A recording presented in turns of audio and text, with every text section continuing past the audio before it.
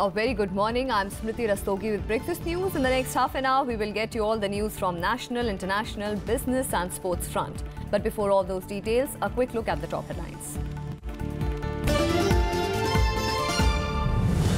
Terror has no religion, says Vice President M. Venkaiah Naidu, says dangerous game afoot to link it with one faith or the other.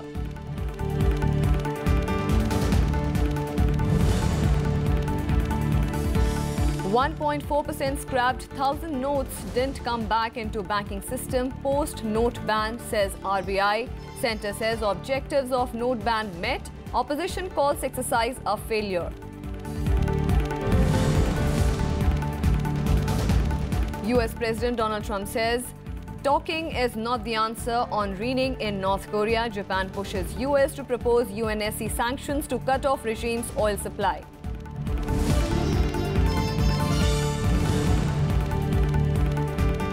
Worst not over yet, says Texas governor, as Hurricane Harvey makes second landfall near Texas-Louisiana border. Rescue efforts on war footing as downpour continues.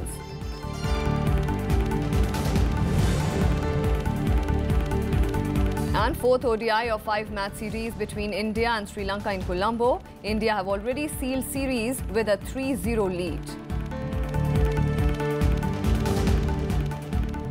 And a big development this morning, a 3-storied residential building collapsed in Mumbai today morning. The building is in Dongri area of the city. As many as 20 to 25 people are feared trapped under the debris. The DCP zone Dr. Manoj Sharma has confirmed that 3 people have been rescued from the debris and the lookout for more survivors is underway. Meanwhile, a police team, a team of National Disaster Response Force, the fire brigade and ambulances have been rushed to the spot.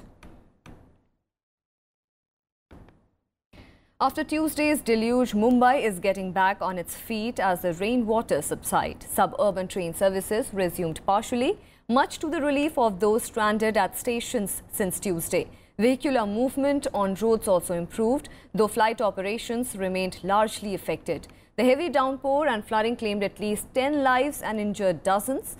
Meanwhile, the Santa Cruz Observatory of the IMD registered 331.4 millimeters rainfall, the heaviest since July 2005 record of 944 millimeters, which had caused the worst havoc in decades in the city.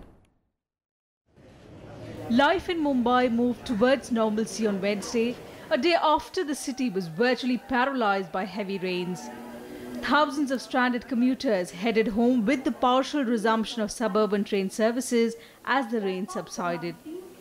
कल दोपहर 12 बजे से यहीं पे हम लोग ये station पे, बाकी तो थोड़ी बहुत दिक्कत तो सबको होती है, तो एडजस्टमेंट करने में फायदा है। मैं अटकी हुई थी और अब भी जस्ट सुबह घर पे जा रही हूँ। बहुत गंदा एक्सपीरियंस था, एक्चुअली अच्छा नहीं था एक्सपीरियंस कल का। Road traffic that remained paralyzed on Tuesday due to waterlogging and high tide was also back to near normal. But vehicular movement was slow due to waterlogged roads. People stranded at different locations headed home after a harrowing time on Tuesday. पूरा बम्बई घूमते आ रहे हम लोग। जी हाँ पूरा भाईकल्ला माटुंगा जे भेंडी वजह पूरा पानी इतना कमर के ऊपर है। Although the Met Department ruled out the possibility of heavy rains on Wednesday, government offices and educational institutions remained closed. The famous Dabba Walas of Mumbai also cancelled their delivery of over 2 lakh tiffins to office goers. There has been a reduction in the rainfall activity in last 8 to 10 hours. Situation is likely to continue for some more hours like this. But because there is a lot of moisture incursion in Mumbai in last 24 hours, we are expecting that definitely there are chances of rainfall again picking up late in the afternoon, but the showers and intermittent showers will be there. Mumbai के डब्बे वाले उस local में अटके पड़े हुए थे, आज सुबह वो घर पे जा रहे हैं। खाली डब्बा अब तक घर पे नहीं पहुंचा है। अगर खाली डब्बा ही नहीं पहुंचा तो नया डब्बा हम भरेंगे किसमें? Distressed citizens as well as opposition members blamed the BMC for their lack of preparedness. अगर ऐसी कंडीशन रहेगी तो सब ठीक हो सकता है, लेकिन अगर आज और बारिश होएगा तो और ज्यादा दिक्कतें हो सकती है, क्योंकि बीएमसी का टोटल सिस्टम फेलियर हो गया था। कल हमने देखे जगह जगह में हम इतना पानी भरे थे, हमने ना बीएमसी का एक आदमी देखे ना पुलिस का एक आदमी था, सिर्फ लोकल वॉलंटियर्स लोग जहाँ ढक्कन खुला था उन लोग वहाँ खड़ा रह के उन लोग सबको सिटीजन्स को वार्न कर रहे थे। 2005 में जो बारिश हुई थी उससे अगर कल की बारिश की आप तुलना करें तो साफ साफ दिखता है कि प्रशासन ने कुछ नहीं सीखा। 12 साल हो गए उस हादसे को। अगर बीएमसी ने नालों के रुंदीकरण का, उसको चौड़ा करने का जो प्रोजेक्ट है ब्रिमस्टो वार्ड, उस प्रोजेक्ट को पूरी तरह से लागू किया होता तो पानी की निकासी और तेजी से हो सकती थी। Following Tuesday's deluge, people in Mumbai opened their homes and hearts to strangers, offering assistance to those stranded in the floods. Stranded commuters were offered food and water at regular intervals. This is the Indian Navy's initiative to provide as much of support possible to all the people who have been stranded because of the floods. Navy helicopters were also kept on standby to meet any eventuality in view of further heavy rains, while the NDRF was also put on high alert. Prime Minister Narendra Modi also urged the people of Mumbai and surrounding areas to stay safe and take all necessary precautions while assuring help to the government of Maharashtra. Bureau Report, Rajya Sabha TV. Meanwhile, the toll in flood-related incidents in Bihar remain unchanged at 514. People have started returning home as the waters were receding. As per the reports, though 116 relief camps continue to operate, the number of people staying there reduced to nearly 61,000 as compared to 1.38 lakhs on Wednesday. In Uttar Pradesh, one more death was reported on Wednesday, taking the death toll to 103. Over 27 lakh people were affected. As per the officials, around 60,000 people have taken shelter in relief camps. Army choppers, NDRF and PAC personnel continued relief and rescue operations. Meanwhile, the flood situation in Assam continued to improve as the number of deluge-hit people in the state has gone down to around 79,000. The third wave of flood has so far claimed 74 lives. The total number of people losing their lives in this year's flood-related incidents stood at 158. Authorities are running 45 relief camps and distribution centers where more than 14,000 people have taken shelter.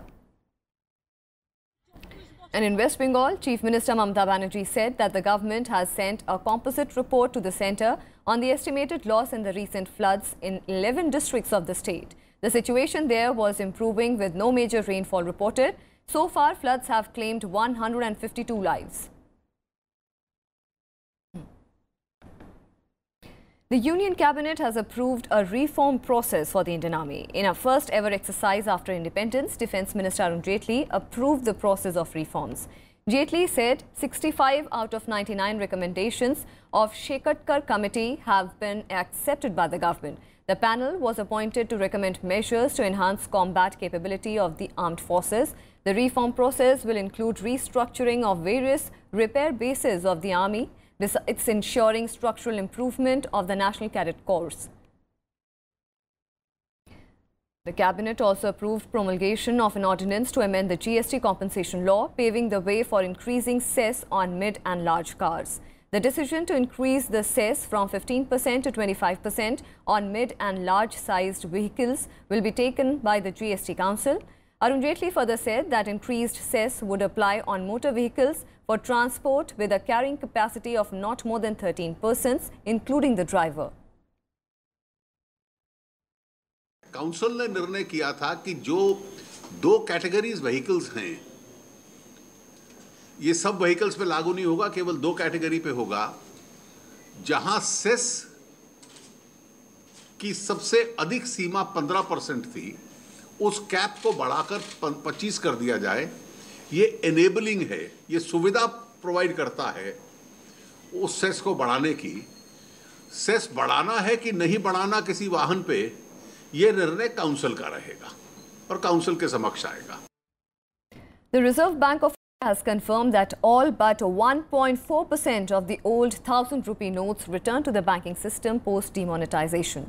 The central bank released the data in its annual report for the financial year 2016 and 17. The report said out of 632.6 crore pieces of 1,000 rupee currency notes in circulation, 623.7 crores were returned after the note ban. The report further said that the cost of printing of currency notes more than doubled in 2016 and 17 as compared to the previous year on account of new currency printing. The government replaced old 500 rupee notes with new ones, while it didn't replace the 1,000 rupee ones. It introduced a new 2,000 rupee notes instead. those dealing in cash currency were now compelled to deposit the money in the banks, and the anonymity which existed with regard to the ownership of this cash money operating in the system has come to an end. The money has now got identified with a particular owner. The expanded base of even indirect taxation, which is evident in the initial results, the deposits of the GST, is indicative of the fact that there are more and more transactions taking place within the system itself. So both the direct and the indirect tax base is unquestionably getting expanded, which was the prime object. Meanwhile, the opposition launched a scathing attack on Prime Minister Narendra Modi over the demonetization after the Reserve Bank of India released its annual report. Former Finance Minister P. Chidambaram asked if demonetization was a scheme designed to convert black money into white. Taking to Twitter, he said that rupees 16,000 crore out of demonetized notes of rupees 15,44,000 crores did not come back to the RBI. That is 1%. Shame on RBI, which recommended demonetization. CPIM General Secretary Sitaram Yechuri also attacked the government on Twitter, saying India can never forgive Prime Minister Narendra Modi government. हमारे हिसाब से 105% currency वापस आई है। इसमें तमाम fake note जो हैं वो भी वापस आए। रिजर्व बैंक उसको छुपा रही। रिजर्व बैंक पूरी फिगर बताए कितनी, और तमाम नोट डिस्ट्रॉय हो गए होंगे आज़ादी के बाद अब तक। उन नोटों को वो अपने आप में कैसे जोड़ना है। दूसरा, फाइनेंस कमेटी के सामने है, उन्होंने कोई रिपोर्ट नहीं दी। कल हमारी फाइनेंस कमेटी ने इसी हमारी रिपोर्ट को अडॉप्ट नहीं किया। ये तो प्रिविलेज हो गया। हम फाइनेंस कमेटी के सामने रिजर्व बैंक गवर्नर के खिलाफ प्रिविलेज मूव करेंगे। सच्चाई ये है कि 15,44,000 करोड़ सर्कुलेशन में थे, वो सारा पैसा आरबीआई में वापस जमा हो गया, मात्र 16,000 करोड़ को छोड़कर। नोट छपाई का खर्चा 21,000 करोड़ रुपया, और वापस केवल नहीं आया 16,000 करोड़, और वो भी अभी एनआरआईज के खातों में और अदालत के पास जमा है। इसलिए जेटली जी, देश को बरगलाइए मत। मोदी जी को कहिए कि वो आगे आएं और देश से माफी मांगे। The Finance Ministry will take a final call on extending PAN card linkage with Aadhaar today. This comes as the cut-off date is going to end today.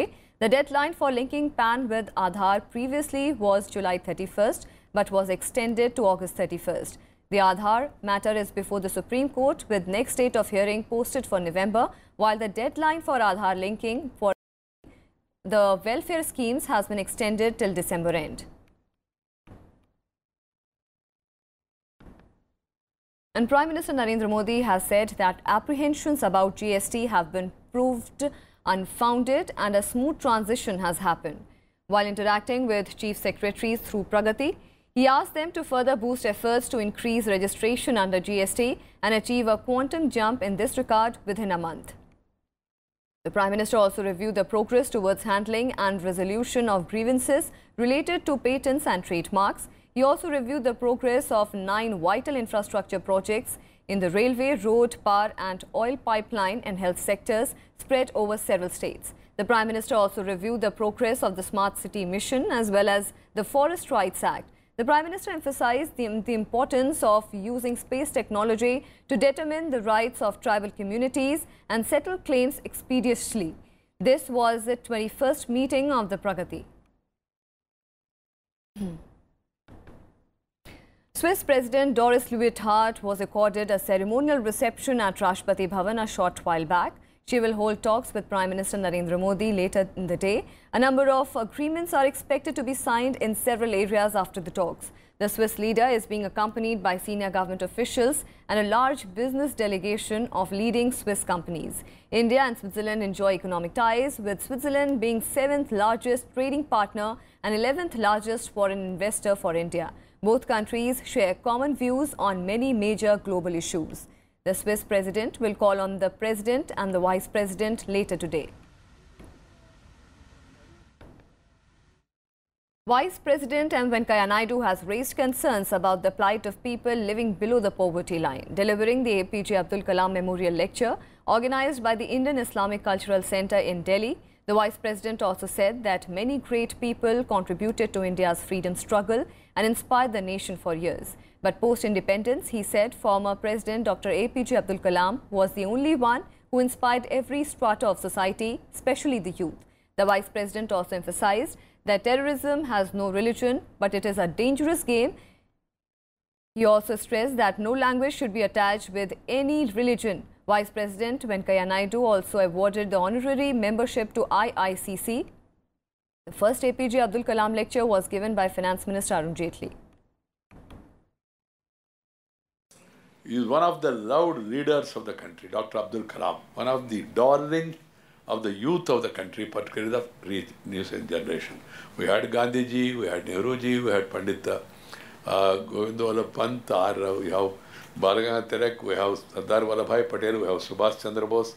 We have so many great stalwarts who inspired the nation. But after independence, if one man has moved the nation, if you have to say one among the top, is Dr. Abdul Kalam. He made everybody to think. Let us be clear in our mind. Unfortunately, some people are connecting terror to this religion or that religion. No religion supports terror. Terrorist has no caste, creed, sex, religion or region. He is a terrorist. He is inhuman. That is the menace to the society. If you have tension, there cannot be attention toward development. The Indian people can rise well above the present poverty and contribute more productively to the country because of their own improved health, education and self-esteem. India can have considerable technological strengths, so crucial for its strategic strength and for economic and trade-related strengths. External Affairs Minister Sushma Swaraj will travel to Colombo today to attend the two-day Indian Ocean Conference. During the visit, she will meet President Maithripala Sirisena and Prime Minister Ranil Wickremesinghe. Sushma will hold a separate meeting with her Sri Lankan counterpart. The theme this year's conference is Peace, Progress and Prosperity. More than 35 countries are participating in the conference. The first edition of the conference was held in Singapore last year. On to some more news. India will launch its navigation satellite IRNSS-1H using the Polar Satellite Launch Vehicle today. The satellite weighs around 1,425 kilograms and will replace IRNSS-1A as its atomic clocks have failed. These atomic clocks are crucial to provide positional information to users on Earth. The launch will take place from the second launch pad of Satish Dhawan Space Center at Sriharikota. The launch is at 7 p.m. today. And a look at all the other national news and nationwide. Uttar Pradesh Chief Minister Yogi Adityanath and his two deputies Keshav Prasad Maurya and Dinesh Sharma will contest the upcoming State Legislative Council by polls. A BJP statement said its Central Election Committee had also picked Swatantra Dev Singh and Mohsin Raza, both ministers in the state government, as party candidates for the elections.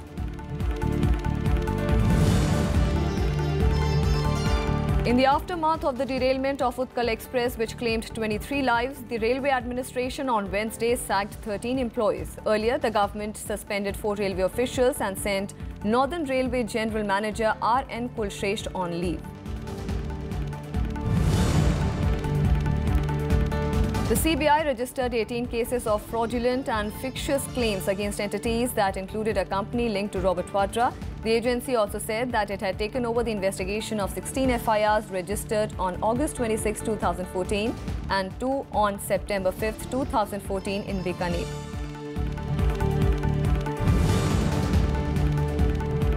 The Patna High Court on Wednesday upheld a lower court order of life sentence to former Rashtriya Janata Dal MP and Siwan strongman Mohammad Shahabuddin along with 3 others in a double murder case. Shahabuddin and the others had challenged their conviction. The former MP is currently lodged in high security Tihar jail of New Delhi. And shifting our focus on the international front, tropical storm Harvey made a second landfall near the Texas-Louisiana border on Wednesday, prompting the Texas governor to say that the worst is not yet over. The hurricane, which is the worst Texas has seen in 50 years, has already claimed 30 lives and displaced thousands. The worst is not yet over, says Texas governor. The rain that was received in the greater Harris County area has set an all-time record. Now that rain has moved to the Beaumont region in southeast Texas. Approximately 15 inches of rain have already fallen in the area, and there's more to come. The worst is not yet over for southeast Texas as far as the rain is concerned. There will be ongoing challenges both during the time that rain continues to fall as well as for approximately 4 days to a week to come. Tropical storm Harvey made a second landfall near the Texas-Louisiana border on Wednesday. This 5 days after making the first, causing widespread destruction in which 30 people died and tens of thousands were rendered homeless. The U.S. National Weather Service has said some parts of Louisiana have seen more than a foot of rain, and the flash floods warnings were in effect for much of Lake Charles region as the rainfall is expected to continue. New Orleans was put under a tornado and flash flood watch until today. Houston has received more than 42 inches of rainfall so far. I think it's catastrophic for everybody in Houston. I'm from here. I've never seen it. I lived in South Carolina for years and been through a lot of hurricanes. Never seen nothing like this before. Texas has carried out more than 8,500 rescues and more than 32,000 people remain in shelters throughout the state. Another 10,000 members of the National Guard are on their way, joining the 14,000 already deployed to tackle the disaster.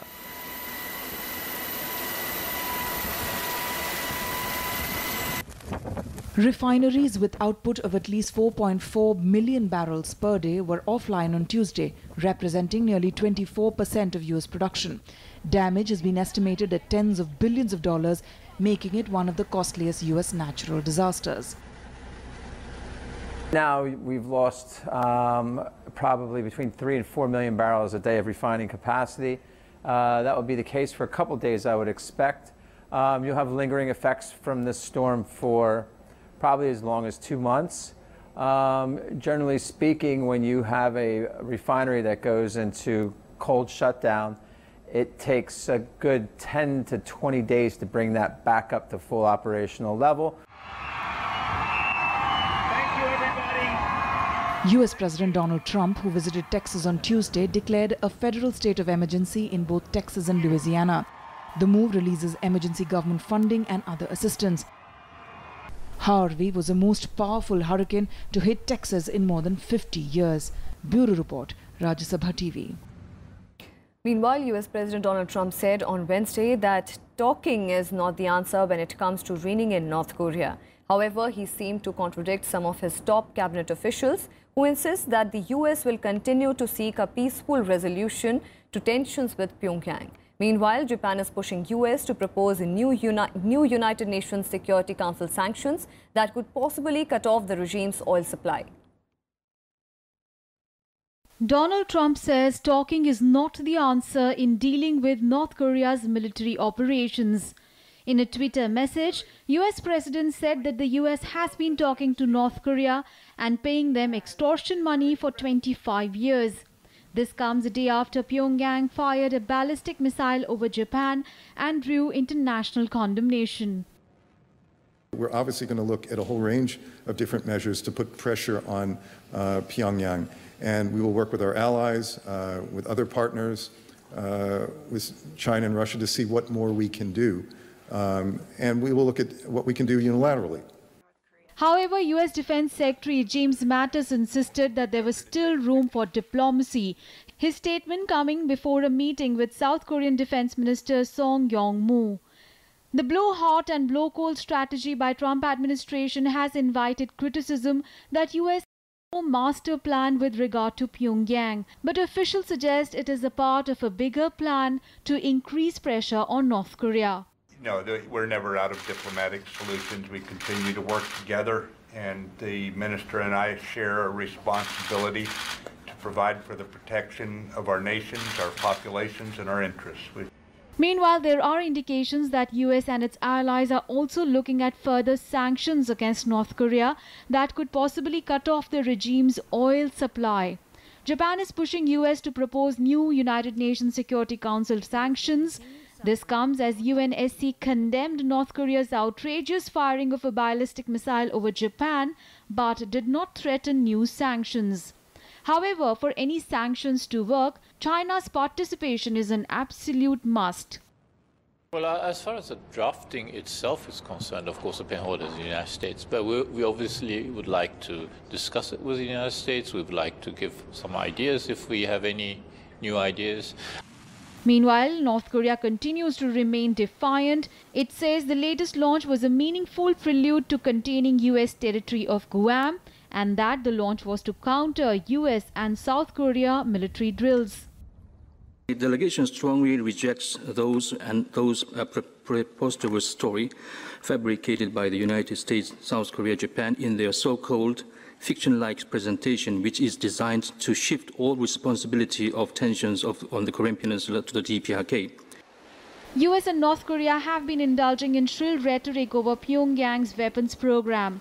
There has been a sharp escalation of tension since Tuesday when Pyongyang fired a ballistic missile over Japan's northern Hokkaido island, triggering public alerts to take cover. US and allies have been looking to tackle the regime's increased belligerence. However, nothing concrete and effective has come up so far that could deter the Kim regime and its ambitions. Bureau Report, Rajya Sabha TV. And on to the sports. The fourth ODI of the 5-match series between India and Sri Lanka will be played in Colombo today. The visitors will be led by Virat Kohli, while Lasith Malinga will lead the host side. India have already sealed the series by taking an unassailable 3-0 lead. In the third ODI, India beat Sri Lanka by 6 wickets. The match will begin from 2 p.m. onwards. Ace Indian boxer Gaurav Bidhuri will clash with American Duke Regan in the semi-finals of the World Boxing Championships in Hamburg today. If Bidhuri wins the semi-finals, then he will become the first Indian boxer to win a medal better than bronze at the prestigious championships. Bidhuri defeated Tunisian boxer Belal Mohammadi in the quarterfinals on Tuesday. Gaurav is the only Indian in the fray now after Amit Phangal and Kavindra Bhesht bowed out following their quarterfinal losses. Ace Russian tennis player Maria Sharapova has reached the third round in the ongoing US Open at Flushing Meadows in New York. Sharapova beat Hungary's Timea Babos 6-7, 6-4, 6-1. In another match, former champion Juan Martin Del Potro defeated Swiss Henry in the straight sets, while 14th-seeded Nick Kyrgios struggled with a shoulder injury, has lost to John Millman. And that's all we have for you in this edition of Breakfast News. Keep watching Rajya Sabha Television.